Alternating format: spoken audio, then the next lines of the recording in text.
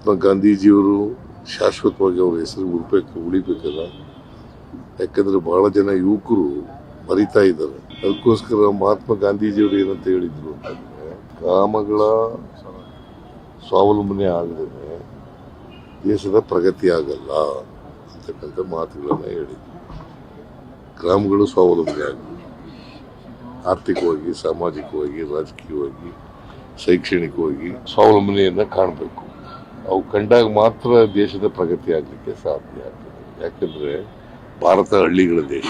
ಮಹಾತ್ಮ ಗಾಂಧೀಜಿಯವರು ಹೇಳಿದಂಥ ಕಾಲದಲ್ಲಿ ಸುಮಾರು 180% ಹಳ್ಳಿಗಾಡಿನಲ್ಲಿ ವಾಸ ಮಾಡ್ತಾ ಇದ್ರು.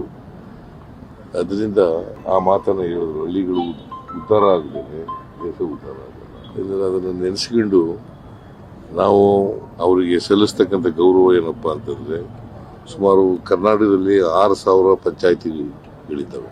6,000 ಪಂಚಾಯತಿ ಕಟ್ಟಡಗಳಿದ್ದಾವಲ್ಲ, ಅವ್ರ ಹೆಸರನ್ನು ಇಡ್ತಕ್ಕಂಥದ್ದು. ಅದನ್ನ ನಾವು ತೀರ್ಮಾನ ಮಾಡಿ ಗ್ರಾಮ್ ಸುರಾಜ್ ಅದರ ಕಲ್ಪನೆಯನ್ನು ಕೊಟ್ಟವರು ಮಹಾತ್ಮ ಗಾಂಧಿ.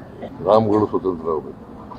ಅವ್ರು ಹಿಂಗೆ ಬಯಸಿದ್ರು ಅಂತಂದ್ರೆ, ಹಳ್ಳಿಗಳು ಸ್ವಾವಲಂಬನೆಯಾಗಿ ಹಳ್ಳಿಯಿಂದ ದಿಲ್ಲಿಗೆ ಹೋಗ್ಬೇಕು, ದಿಲ್ಲಿಯಿಂದ ಹಳ್ಳಿಗೆ ಬರಬಾರ್ದು. ಸೊ ಅಂಥವರು ನಮ್ಮನ್ನು ಅಗಲಿದ್ದಾರೆ. ಅದು ಹುತಾತ್ಮರಾಗಿದ್ದಾರೆ, ಗುಂಡೇಟಿನಿಂದ ಸತ್ತಿದ್ದಾರೆ.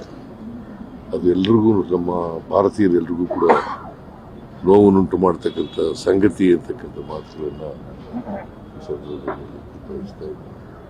ಮಹಾತ್ಮ ಗಾಂಧೀಜಿಯವರು ಇನ್ನೊಂದಷ್ಟು ದಿನ ಬದುಕಬೇಕಂತ. ಯಾಕಂತಂದ್ರೆ ಅವ್ರಿಗೆ ಅವರ ಅಭಿಮಾನಿ ಒಂದು ಪತ್ರ ಬರೀತಾರೆ. ಏನಂತ ಬರೀತಾರೆ ಅಂತಂದ್ರೆ, ನೀವು 100 ವರ್ಷ ಬಾಳಬೇಕು ಅಂತ ಬರೀತಾರೆ. ಅದಕ್ಕೆ ಉತ್ತರ ಏನು ಕೊಡ್ತಾರೆ ಗೊತ್ತಾ ಗಾಂಧೀಜಿಯವರು?